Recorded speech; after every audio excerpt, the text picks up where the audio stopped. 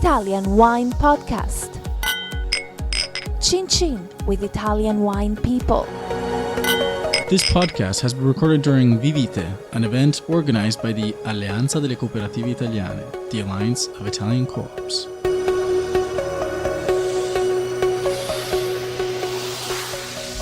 Hello, this is the Italian Wine Podcast with me, Monty Waldin.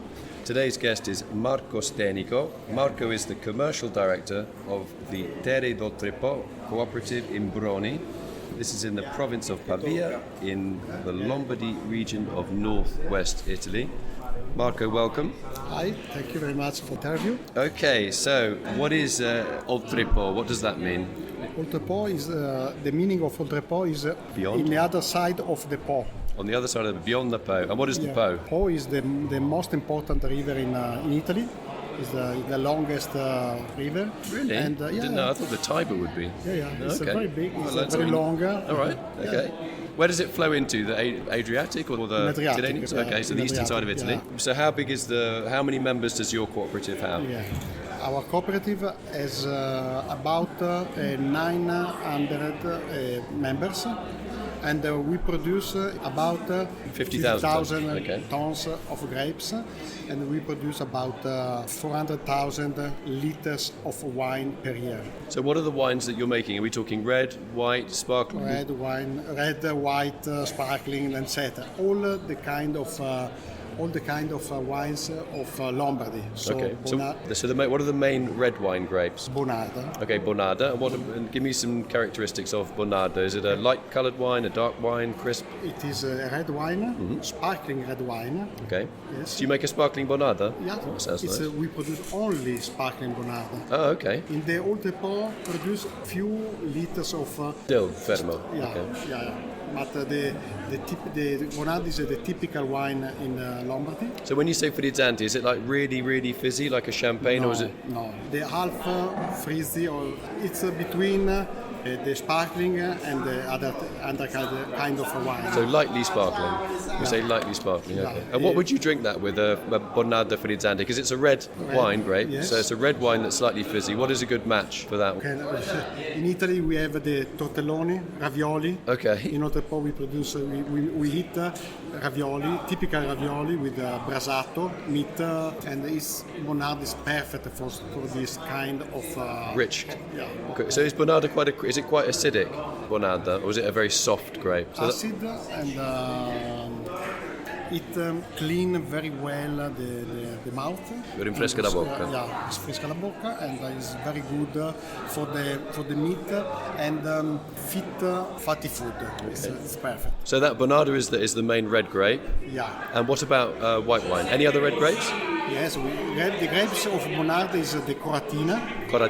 Yes, and the second kind of grapes is Pinot Nero or Pinot Noir. Pinot Noir. We are very famous for the Pinot Noir, and we vinify in white, in red, and rosato, in rosé. So you make it in three ways. Yes. So a white Pinot. When you say a white wine made from Pinot Noir, is there a little bit of colour in there? Tiny bit of. Very, very few red wine, but very few. It's a real white, and we produce Metodo Classico, Metodo Champenoise, and we are very famous for the Metodo Champenoise or Metodo Classico, Italian Metodo Classico. So how long would that stay on lees in bottle then? For 36 months. 3 years. For 24 to 36. And does it become? How does that taste? Does it taste very creamy, or has some red fruits to it? No, it's a little bit acid, and the Pinot Noir is the typical wine that you don't feel big aromatic flavor, but it's not neutral, but not aromatic.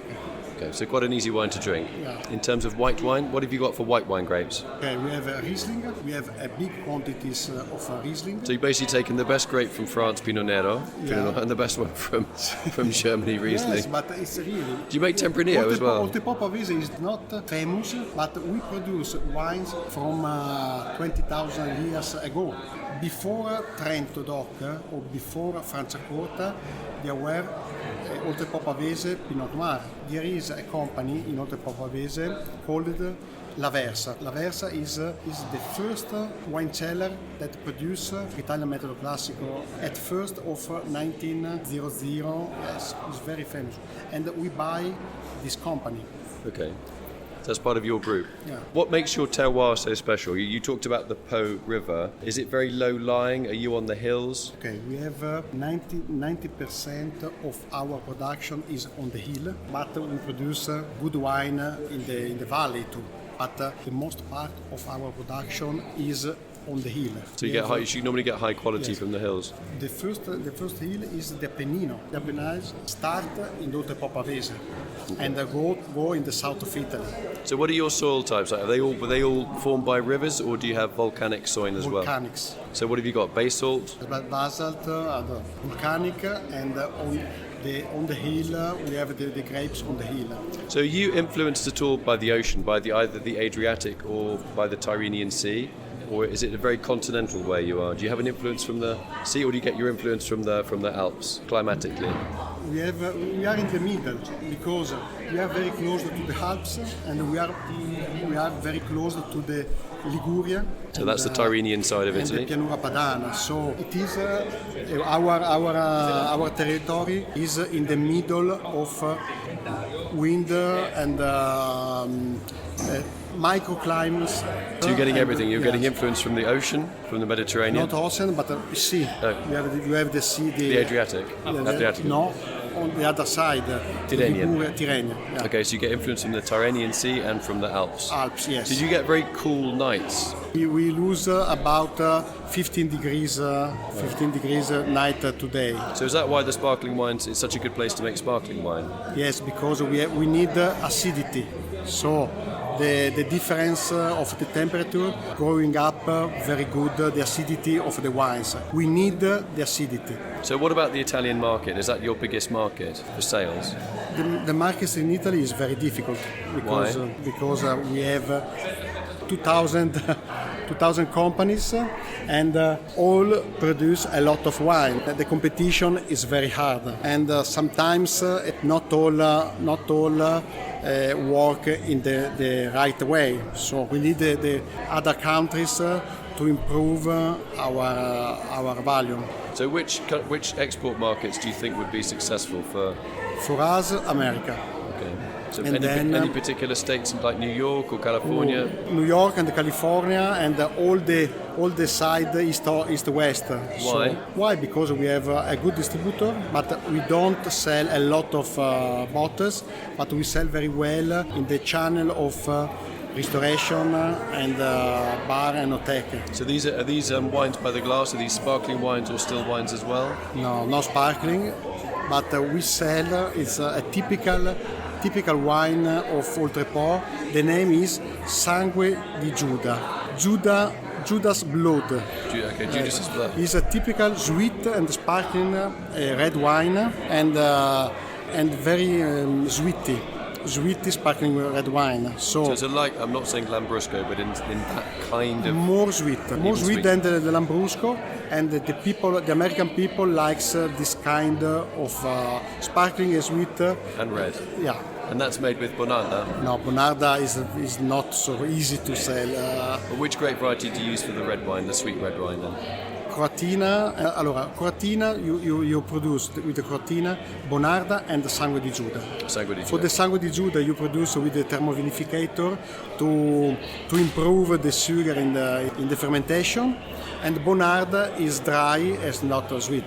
Marco Stenico, thanks very much for telling us today about the Terre d'Oltrepò Cooperative, and I look forward to tasting some of your sparkling wines, both the sweet red sparkling wine and also the traditional method sparkling wine from Pinot Nero. That sounds very interesting. Thanks very much for coming on. Thanks for coming on the Italian Wine Podcast. Very much. Thanks a lot.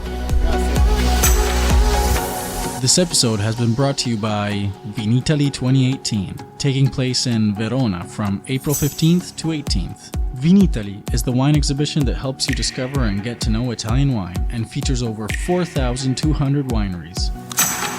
Follow Italian Wine Podcast on Facebook and Instagram.